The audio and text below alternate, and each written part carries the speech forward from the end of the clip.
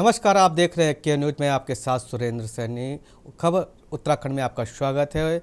खबरों से पहले देखते हैं आज की हेडलाइन। चार धाम यात्रा के लिए दूसरे दिन 1 लाख से अधिक श्रद्धालुओं का रजिस्ट्रेशन कराया है। गृह मंत्री अमित शाह 2027 की जीत का शुरुआत देवभूमि से करने का किया आह्वान।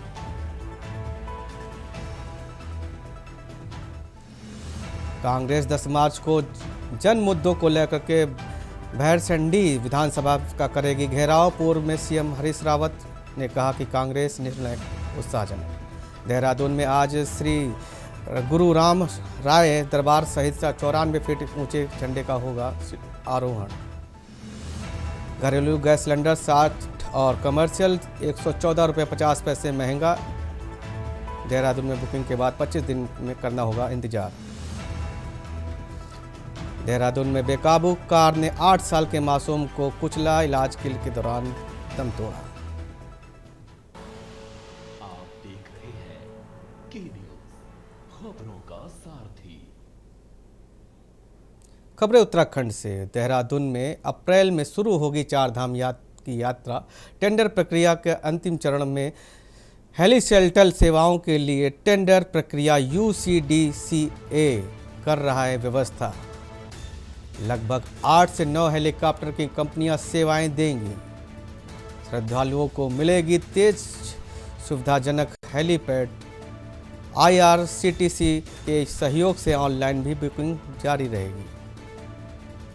बुकिंग की प्रक्रिया पर पारदर्शिता और आसानी से यात्रियों को मिलेगी बेहतर सुविधाएं।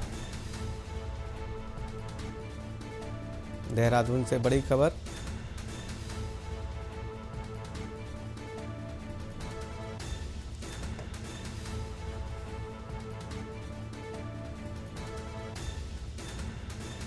श्रद्धालुओं को मिलेगी तेज सुविधाएं, हेली सेवाएं।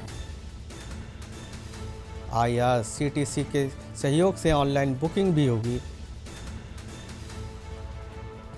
बुकिंग की प्रक्रिया पारदर्शी और आसानी होगी। यात्रियों को मिलेगी बेहतर और सुगम सुविधा। अप्रैल से शुरू होगी चार धाम यात्रा।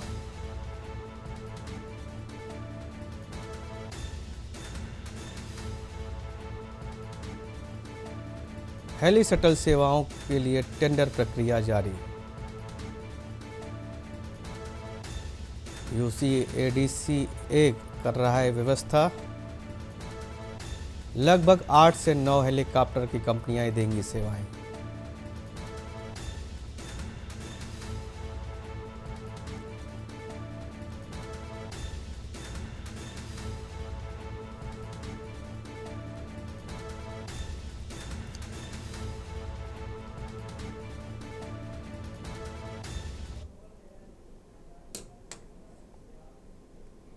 अगली खबर देहरादून से है, जहां पर परिवहन विभाग को मिली सौगात। अगली खबर देहरादून से, जहां पर परिवहन विभाग को मिली सौगात। विभाग के बड़े मिली सौगात। 137 इलेक्ट्रिक बसें चलाई गई। प्रधानमंत्री ई बस सेवा के तहत मिलेंगी बसें। देहरादून हरिद्वार को मिलेंगे 137 नई बसें। अर्ध कुंभ से पहले सरकार की बड़ी सौगात। 31 करोड़ की लागत से देहरादून में नया डिपो। देहरादून में नया डिपो बनाया जा रहा है। PM ई बस सेवा के तहत मिलेगी नई बसें। 31 करोड़ की लागत से देहरादून में नया डिपो। देहरादून से यह बड़ी खबर। PM ई बस सेवा के तहत मिलेंगी नई बसें। वर्कशॉप और चार्जिंग सब स्टेशन भी बजट में मंजूर। देहरादून से बड़ी खबर। उत्तराखंड परिवहन को मिलेगी नई इलेक्ट्रिक बसें।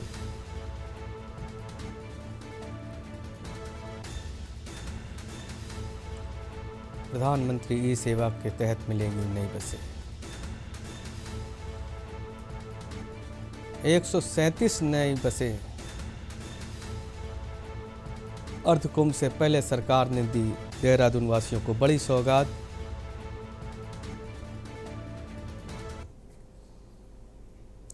खबर काशीपुर से है, जहां पर जिले के में आयोजित होने वाले ऐतिहासिक श्री चैती मेला में मां बालासुंदरी को लेकर के इस वर्ष प्रशासन ने राजस्व के मामले में नया रिकॉर्ड बनाया। वर्ष 2026 के लिए हुई टेंडर प्रक्रिया में पिछले साल के मुकाबले में 49 लाख रुपए से अधिक की बढ़ोतरी दर्ज की गई। प्राप्त जानकारी के अनुसार वर्ष 2025 में मेले के टेंडर से कुल 4,21,786 रुपये का राजस्व मिला था, जबकि इस बार लगभग 4,70,40,606 रुपये तक पहुंच गया। प्रशासन की इस उपलब्धि का श्रेय उप जिलाधिकारी अभय सिंह के कुशल प्रबंधक और पारदर्शिता कार्यशैली पर दिया जा रहा है। सबसे अधिक बढ़ोतरी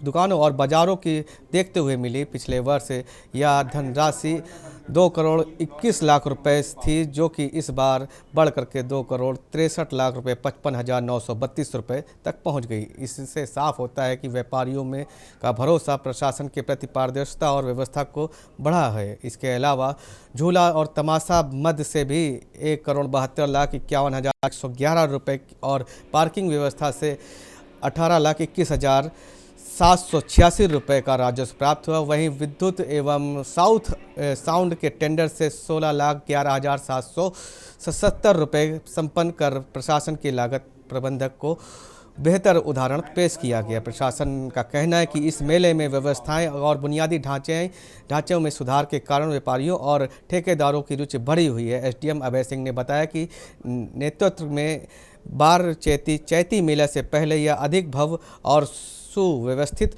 होने की उम्मीद जताई जा रही है।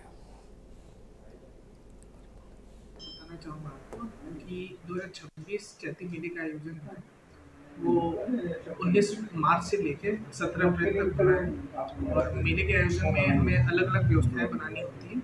उसकी आज टेंडर की प्रक्रिया पूरी कर ली गई है और लास्ट ईयर से जो हमारा टेंडर हुआ था उससे उच्च मूल्यों में इस बार टेंडर हुआ है और इसमें अलग अलग चीज़ें होती हैं, जैसे टेंट एंड बैरिकेडिंग का टेंडर होता है, इसके अलावा झूले तमाशे का होता है, दुकानें का तय बाजारी का होता है, पार्किंग का होता है। तो उसका एक पूरा लेआउट हमारा है। उस लेआउट के हिसाब से आज टेंडर प्रक्रिया को पूरी कर ली गई है। जिलाधिकारी महोदय के द्वारा जो निर्देश दिए गए थे उन सारी चीज़ों का अनुपालन करते हुए ये आज प्रक्रिया पूरी की गई है और आने वाले 19 तारीख से मेले का आयोजन होना है, उसकी हम लोग अब तैयारी करेंगे।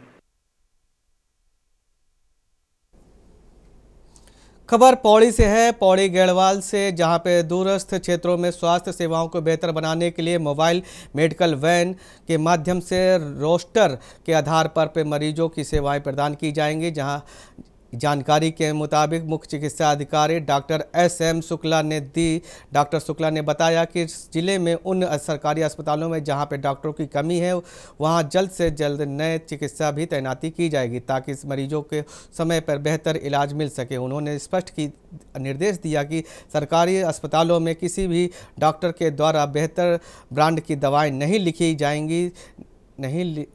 जाएंगी। इन नियम के उल्लंघन किए जाने पर चिकित्सक के खिलाफ आवश्यक कार्रवाई की जाएगी। सीएमओ ने यह भी बताया कि सभी चिकित्सकों को चेतावनी दी गई कि यदि किसी दवा की उपलब्धता अस्पताल में नहीं है तो मरीजों को वह दवा जन औषधि केंद्र से मिलनी चाहिए। इसके लिए डॉक्टर जन औषधि केंद्र के प्रबंधक समन्वय बनाए रखें और आवश्यकता पड़ने पर इसके पहले उद्देश्य के मरीजों को समय से सस्ती और उपलब्ध दवाएं कराने, स्वास्थ्य की सेवाओं की पारदर्शिता बढ़ाना चाहिए। हमारा अभी मोबाइल वैन भी चल रहा है, तो मोबाइल वैन से हमने 4 मोबाइल वैन है और ज़्यादा नहीं, 1-2 रोज़ में चारों शुरू हो जाएंगे। अभी तो जिला अस्पताल का शुरू हुआ है, तो मैंने दूरस्थ क्षेत्रों में, असीमित क्षेत्रों में हमारी वैन स्वयं जाएगी और 12 एक ब्लॉक में मैंने एरिया कवर किए हैं, तो इस तरीके से 8 ब्लॉकों में मैंने कवर किए हैं और वो डेफिनेट रोस्टर में हमारी जो है मोबाइल वैन जाएगी। सभी अस्पतालों में हमारे जो है अभी 13-14 अस्पताल हैं जो थोड़ा सीमित हैं, उनमें भी ज़्यादा नहीं 2-3 दिन के अंदर ही बॉन्डेड डॉक्टर आ जाएंगे, तो उन अस्पतालों में भी चिकित्सक हमारे उपलब्ध हो जाएंगे। खबर देहरादून से है, जहां पे दून पुस्तकालय एवं शोध केंद्र में लेखिका अंजू राणा की पुस्तक माई ट्रस्ट विद कैंसर का लोकार्पण किया गया। कार्यक्रम में पुस्तक पर चर्चा का आयोजन किया गया, जिसकी अध्यक्षता पद्मश्री डॉक्टर BKS संजय ने। लोकार्पण कार्यक्रम में दून पुस्तकालय के मानद व निदेशक एन रवि शंकर और वैली ऑफ द वर्ड्स के संस्थापक निदेशक डॉक्टर संजीव कुमार चोपड़ा ने पुस्तक को अपने विचार में साझा किए। संचालन में सुनीता विजय ने किया, और जबकि डॉक्टर नैना कुमार ने कैंसर और उससे प्रबंधक को संक्षिप्त व्याख्यान दिया। वक्ताओं ने कहा कि पुस्तक कैंसर से जूझ रहे लोगों के लिए आशा और साहस और सकारात्मकता का संदेश देती है। अंजू राणा ने इसमें अपने उपचार और भय संघर्ष की उम्मीद की यात्रा को बेहतर ईमानदारी और संवेदनशीलता के साथ साझा किया है। कार्यक्रम की शुरुआत में केंद्र के कार्यक्रम में अधिकारी और चंद्रशेखर तिवारी के स्वागत संबोधन से हुई। इसी अवसर पर शहर के प्रबुद्ध जन, साहित्यकार और पाठक भी उपस्थित रहे।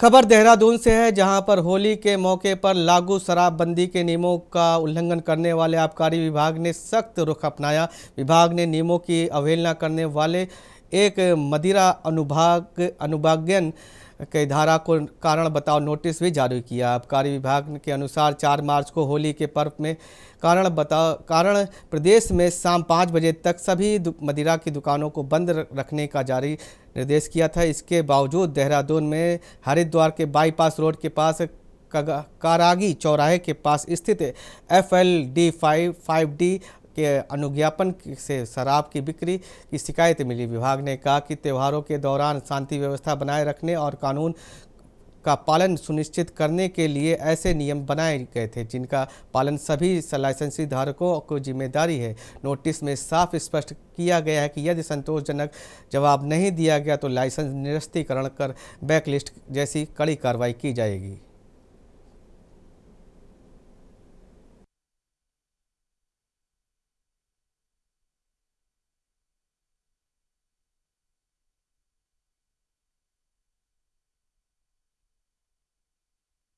अच्छा, ये जो प्रकरण है एक आपके ISBT के पास में बंडे बार लिया है एक वेडिंग पॉइंट के द्वारा।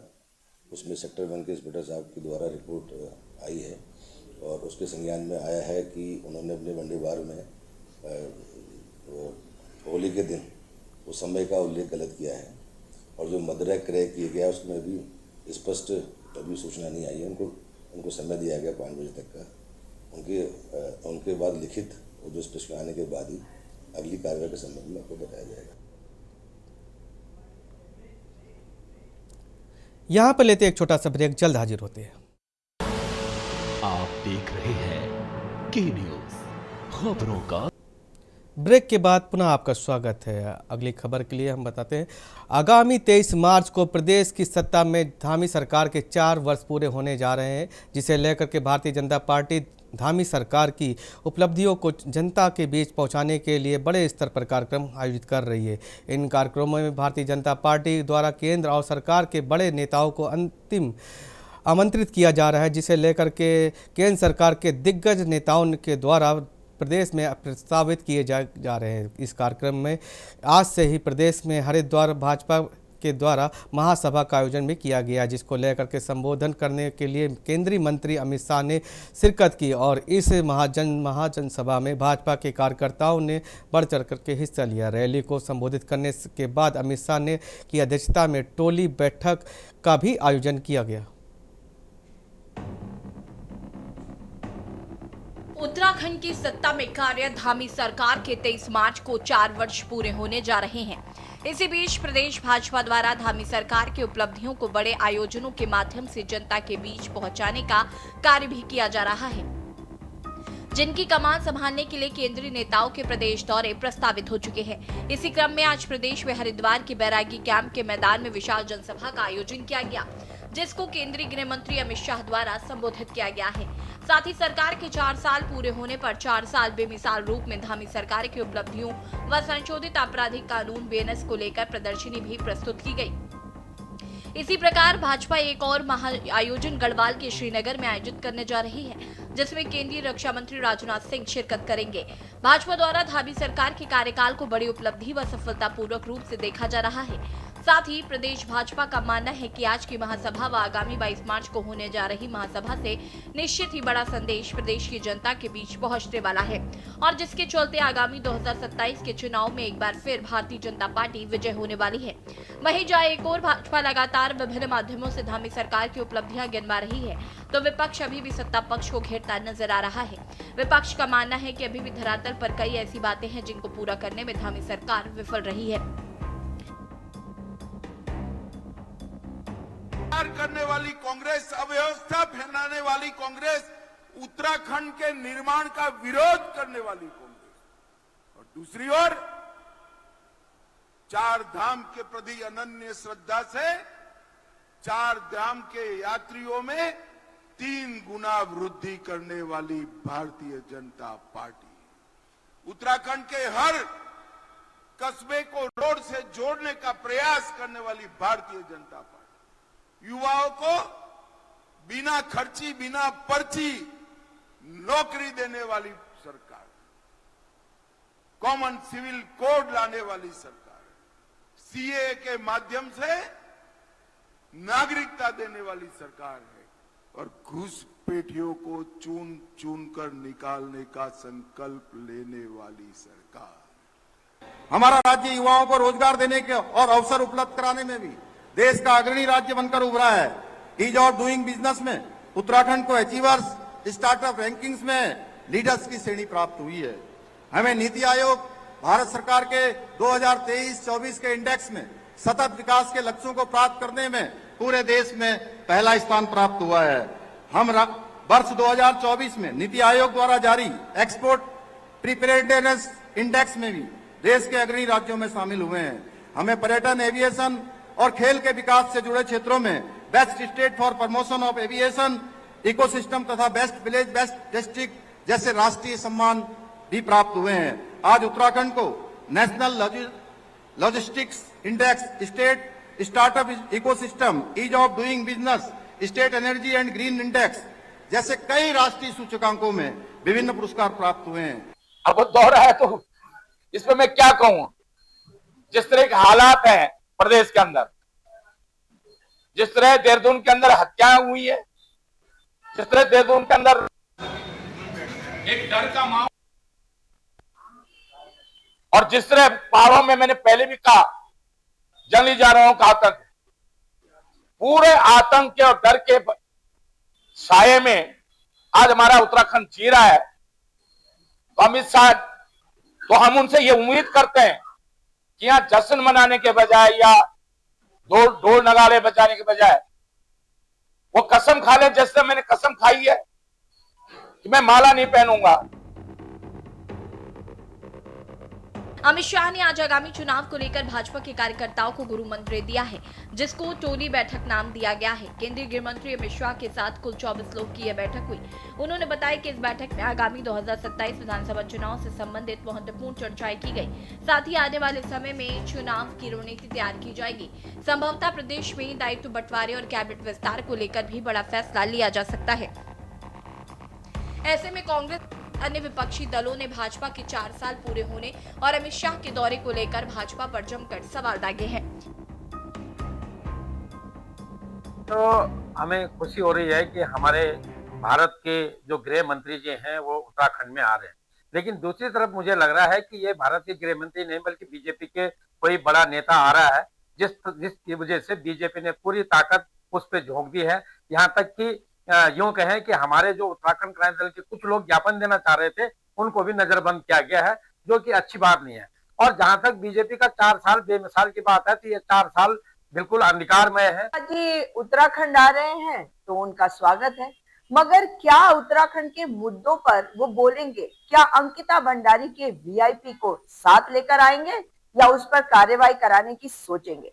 अगर आ रहे हैं वो, तो उन्हें बताना चाहिए कि इतना भ्रष्टाचार हो रहा है, खनन माफिया बेलगाम, हत्याएं बेशुमार, और मुख्यमंत्री धामी के इस कार्यक्रम को हम क्या कहें? ये जो भाड़े की भीड़ इकट्ठी करी हुई है ना, जहां आशा कार्यकर्ती, आंगनबाड़ी बहनें और तमाम जो पुलिस के अधिकारी हैं और बाकी लोग हैं, जो सरकारी कर्मचारी हैं, जो स्कूल कॉलेज के लोगों को बुलाया जा रहा है, उनको निर्देशित करके भीड़ जुटाई जा रही है।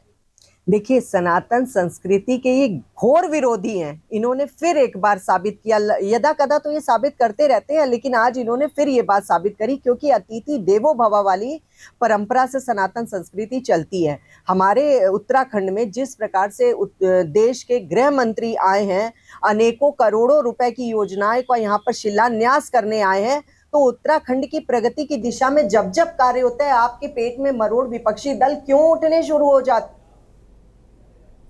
चलते हैं सीधा देहरादून, जहाँ पर पुष्कर सिंह धामी क्या कुछ कह रहे हैं आपको सुनाते हैं।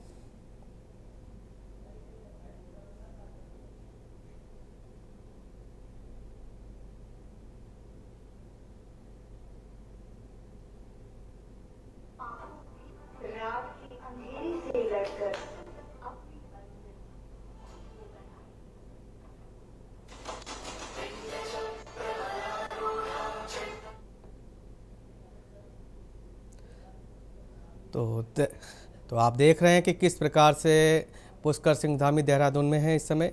आज 8 मार्च महिला दिवस का कार्यक्रम है और इस कार्यक्रम के उपलक्ष्य में पुष्कर सिंह धामी इस समय देहरादून में है, जहां पर मातृशक्ति के जो प्रोग्राम हो रहा है उसके तहत वहां पर अपनी गरिमाई उपस्थिति दर्ज की है।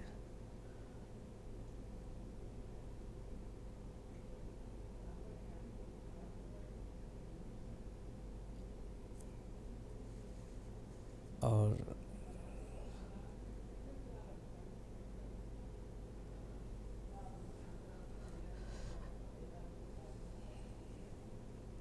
तो आप देख रहे हैं देहरादून में अंतर्राष्ट्रीय महिला दिवस के अवसर पर पुष्कर सिंह धामी का ये इस कार्यक्रम में पहुंचना हुआ और महिलाओं के सशक्तिकरण के लेकर के ये प्रोग्राम रखा गया है, जहां पर पुष्कर सिंह धामी अपने गरिमाई उपस्थित में यहाँ पर मौजूद हुए हैं।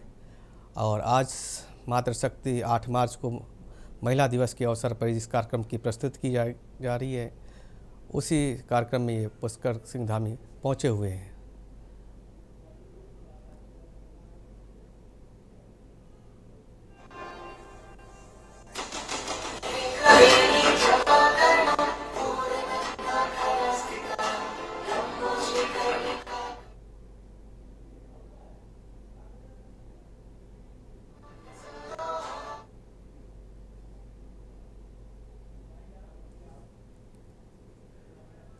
खबरों में फिलहाल इतना ही। बने रहिए के न्यूज के साथ। नमस्कार।